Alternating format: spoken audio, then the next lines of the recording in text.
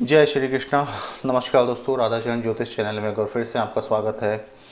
आज के इस ग्रह युति दृष्टि सीरीज में हम लेकर आए हैं, यदि आपकी कुंडली में गुरु और बुध ग्रह का योग है किसी भी भाव में या दोनों की एक दूसरे पर दृष्टि है, तो उसका क्या क्या असर होता है और क्या आपकी कुंडली में आप परिवर्तन देखने को मिलेगा, क्या उसका फल होगा। इन्हीं चीज़ों पर आज इस बारे में बताने की कोशिश करूँगा।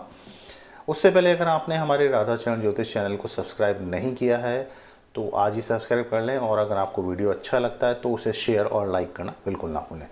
तो सबसे पहले बात कर लेते हैं बृहस्पति देव के बारे में, गुरु ग्रह के बारे में।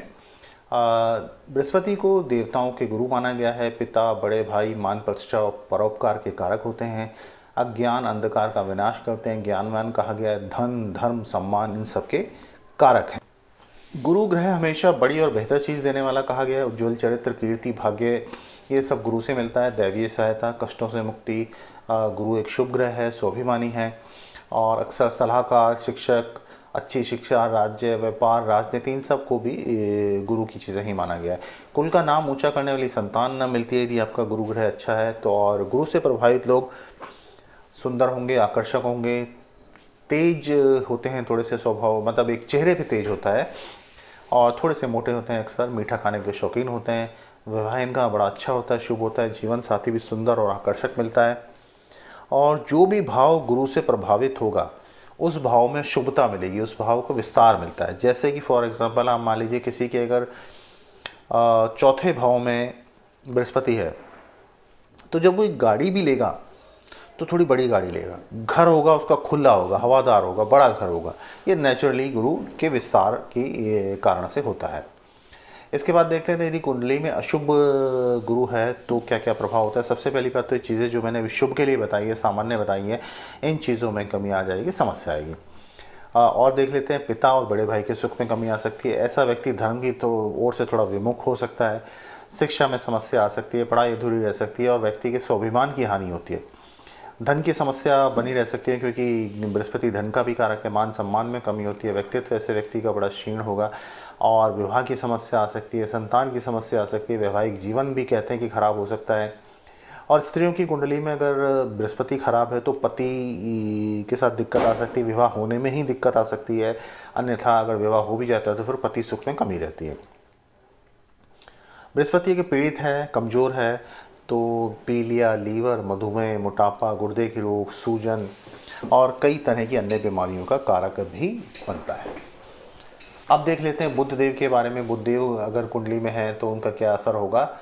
सबसे पहली बात तो व्यक्ति ऐसा विद्वान होगा, विवेकवान होगा, हाजिर जवाब होगा और चतुराई से भरपूर होगा, विनोदी होता है, मिलनसार होता है। बुध एक राजकुमार है। हंसना, खेलना, खिलखिलाना, चतुराई, ये सब इसके काम है। बुध अच्छा है तो व्यक्ति का शरीर बड़ा सुंदर होगा और उसका नर्वस सिस्टम काफ़ी अच्छा होता है। व्यापार अगर करता है व्यक्ति तो उसमें भी अच्छा सफल होता है। व्यापार, नौकरी, इसमें कोई अड़चन नहीं आती। चतुर व्यापारी कहे गए ऐसे लोग। बहन, बेटी, बुआ, इनकी स्थिति अच्छी होती है। व्यक्ति के मित्र बहुत होंगे। शिक्षा अच्छी होगी, स्कूल अच्छा होगा, बुद्धि अच्छी होगी, बुद्धिमान व्यक्ति होगा। गायन, वादन, लेखन में सफलता मिलेगी और गणित की पढ़ाई करने वाला हो सकता है, प्रकाशक हो सकता है। वाणी और भाषण कला में निपुणता होगी, त्वचा अच्छी होगी, हंसी मजाक करने वाला होगा, मजाक पसंद व्यक्ति होगा।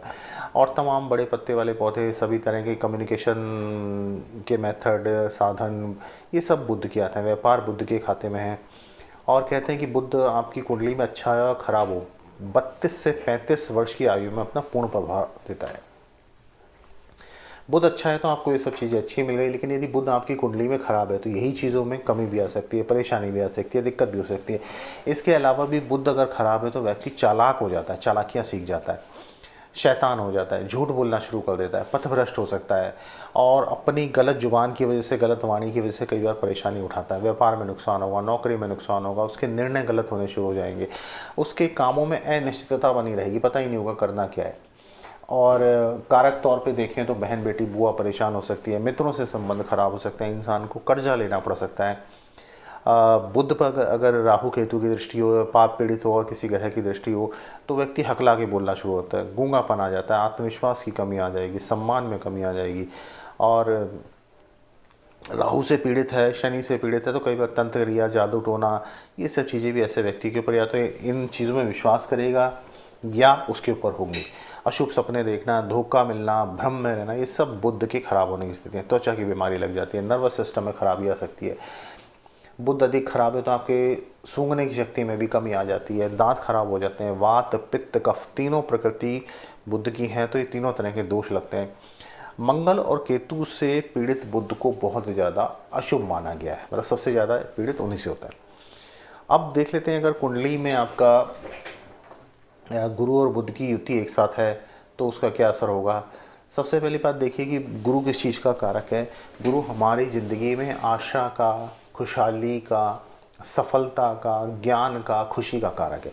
वहीं बुध जो है बुद्धि का कारक है, बौद्धिकता का कारक है, विज्ञान का कारक है, गणित का कारक है, शिक्षा का कारक। अब ये दोनों अच्छे ग्रह एक साथ मिल जाएं तो व्यक्ति का बुद्धिमान होना, विद्वान होना स्वाभाविक है। ऐसा व्यक्ति ज्ञानवान होगा, बुद्ध से चतुराई आएगी, सुखी रहेगा, प्रतिभावान होगा और यात्रा करने का शौकीन होगा। बुद्ध की वजह से व्यक्ति को उच्च पद मिलता है। यदि ये दोनों ग्रह अच्छे हैं तो मैं बता रहा हूँ स्थिति को, व्यक्ति को उच्च पद मिलेगा, मान सम्मान मिलेगा, यश होगी, कीर्ति, उन्नति, ख्याति। ऐसा व्यक्ति धनवान हो सकता है, भूमिवान हो सकता है, धार्मिक होगा, पूजा पाठ करने वाला होगा, दान धर्म में विश्वास करेगा, आशावादी सोच के साथ चलेगा।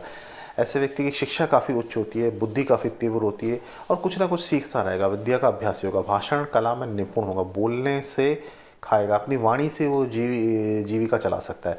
ऐसा व्यक्ति बहुत अच्छा ज्योतिषी हो सकता है, बहुत अच्छा गणितज्ञ हो सकता है, सामुद्रिक शास्त्र का ज्ञाता हो सकता है। और बुध बृहस्पति एक साथ है तो कई बार नाटक करने में, स्टेज शो करने वाला भी होता है ऐसा व्यक्ति। गायन में अच्छा हो सकता है, नृत्य में अच्छा हो सकता है। विशेष तौर पे बुध की चीज़ें देखें तो लेखन, संपादन, प्रकाशन, इनमें इंटरेस्ट ले सकता है, मीडिया हाउस में इंटरेस्ट ले सकता है, शिक्षा के क्षेत्र में हो सकता है। ऐसे व्यक्ति की साहित्य और काव्य में भी अच्छी रुचि होती है।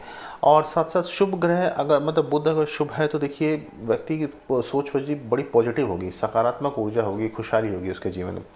लेकिन ये बुध खराब हो जाए, एक चीज़ का ध्यान रखिएगा कि बुध और बृहस्पति आपस में शत्रु हैं, तो जहाँ इनके कॉमन फ्रेंड मिल गए वहाँ तो ये अच्छा रिजल्ट देंगे।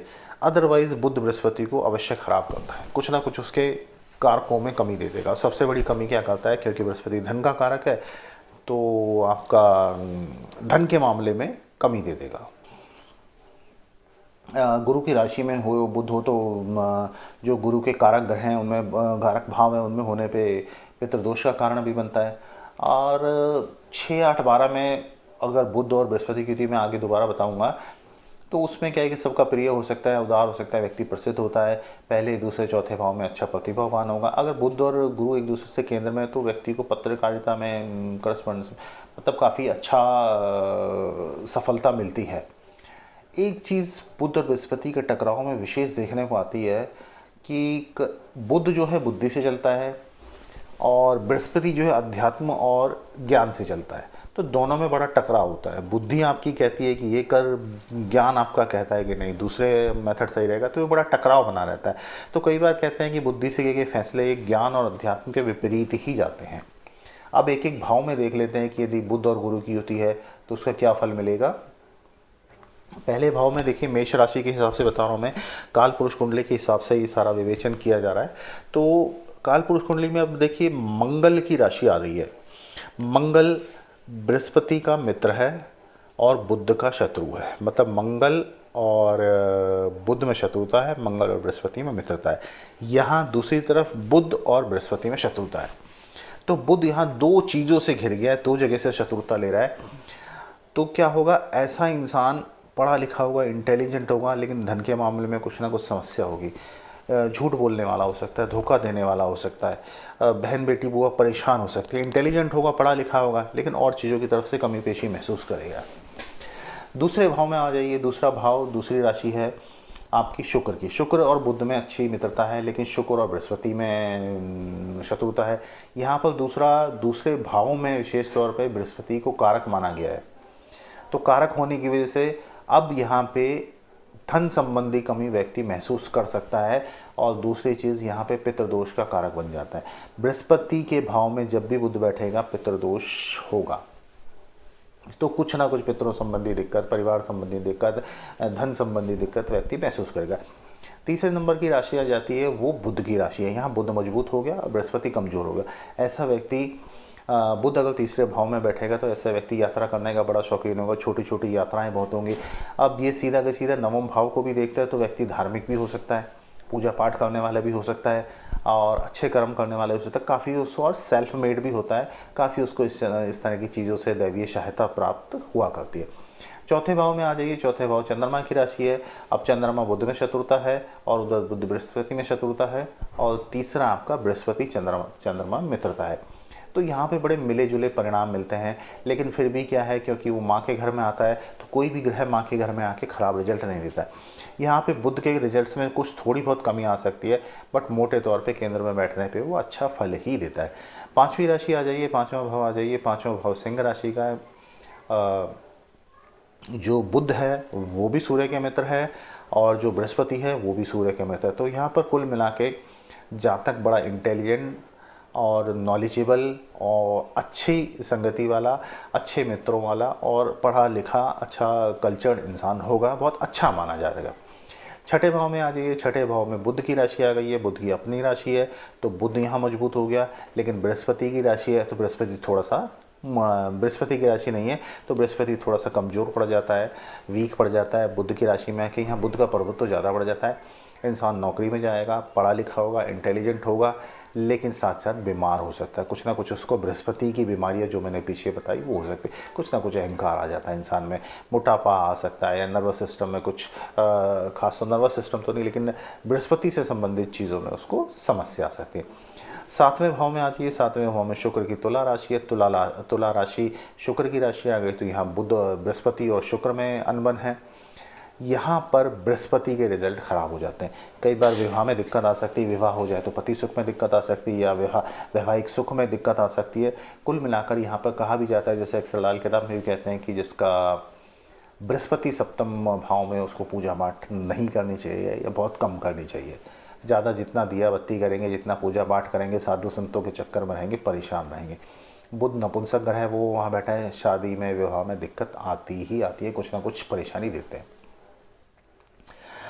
अष्टम भाव में आ जाइए। अष्टम भाव फिर मंगल की राशि आ गई। मंगल और बुध में फिर समस्या है। यहाँ पर बैठकर एक विपरीत राजयोग कहीं ना कहीं एक निर्माण हो जाता है। बुध तो खराब होता है बहन बेटी को, लेकिन बृहस्पति का रिजल्ट यहाँ पे थोड़ा सा अच्छा मिलता है और बृहस्पति की वजह से व्यक्ति क्या है कि आप सोचिए कि सिर्फ गूढ़ ज्ञान प्राप्त होता है, छुपी हुई विद्या प्राप्त होती है, छुपा हुआ धन प्राप्त होता है, काफ़ी चीज़ों के मामले में रिजल्ट अच्छा रहता है। यहाँ पर बुध जो है बृहस्पति से मंगल से खराब हो गया, मंगल की राशि में बैठने की वजह से, लेकिन बृहस्पति यहाँ पे अच्छा, तो कई बार अच्छे धन का और अच्छी चीज़ों का कारक बन जाता है, गुप्त विद्या का, गुप्त धन का कारक बन जाता है, सडन धन का भी कारक बन जाता है।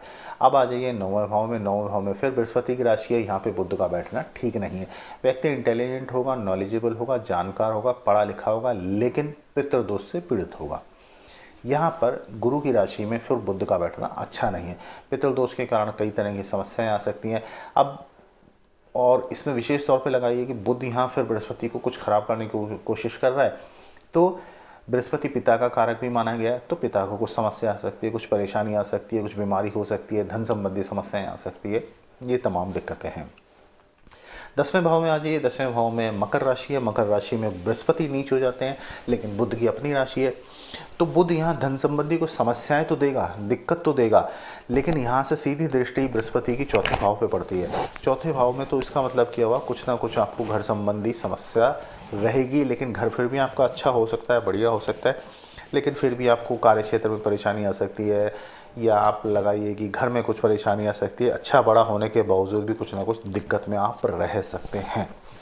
11वें भाव में आ जाइए। दोबारा से शनि की राशि है और यहाँ के कारक फिर बृहस्पति माने गए, तो यहाँ पर बुध का बैठना दोबारा से पितृदोष का कारण बनता है। शनि मेहनत मांगता है, बुध चतुराई करता है, तो चतुराई और मेहनत के बीच की लड़ाई में इंसान 10वें भाव में भी वही है।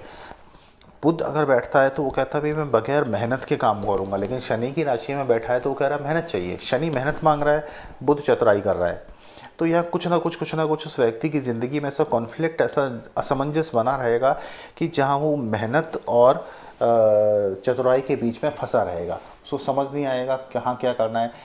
अगर वो मेहनत नहीं करेगा तो उसे सफलता नहीं मिलेगी।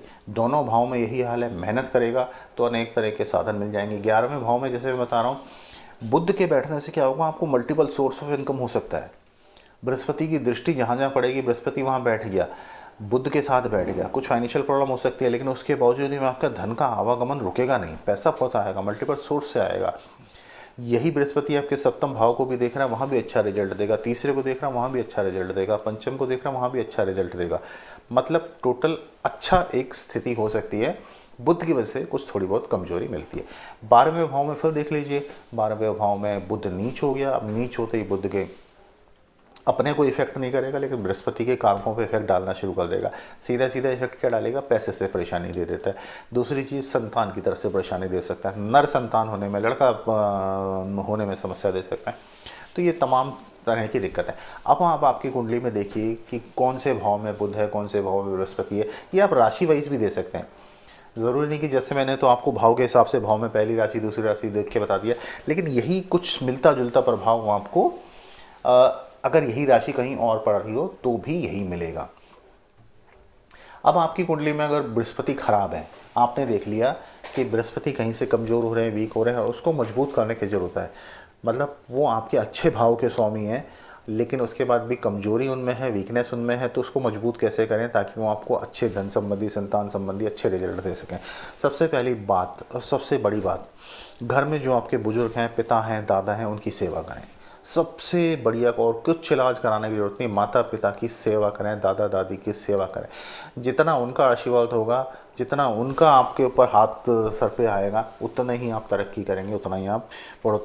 लोग क्या होता है ना, कई अक्सर देखा है कि भी दादा दादी या माता पिता तो बैठे हैं आश्रम में, या उनको खाने को रोटी नहीं है, और आप उम्मीद कर रहे हैं आपको धन मिल जाए। कभी नहीं मिलेगा, कभी भी नहीं मिलेगा। आप जितनी पूजा पाठ कर लीजिए, कुछ नहीं होना। तो सिंपल और तरीके बताता हूँ। बृहस्पति खराब है तो माथे पर चंदन, हल्दी या केसर का तिलक लगाएं। गुरुवार का व्रत रखना शुरू करें। पुखराज धारण कर सकते हैं आप, और कोशिश कीजिए कि नियमित तौर पर मंदिर जाएं।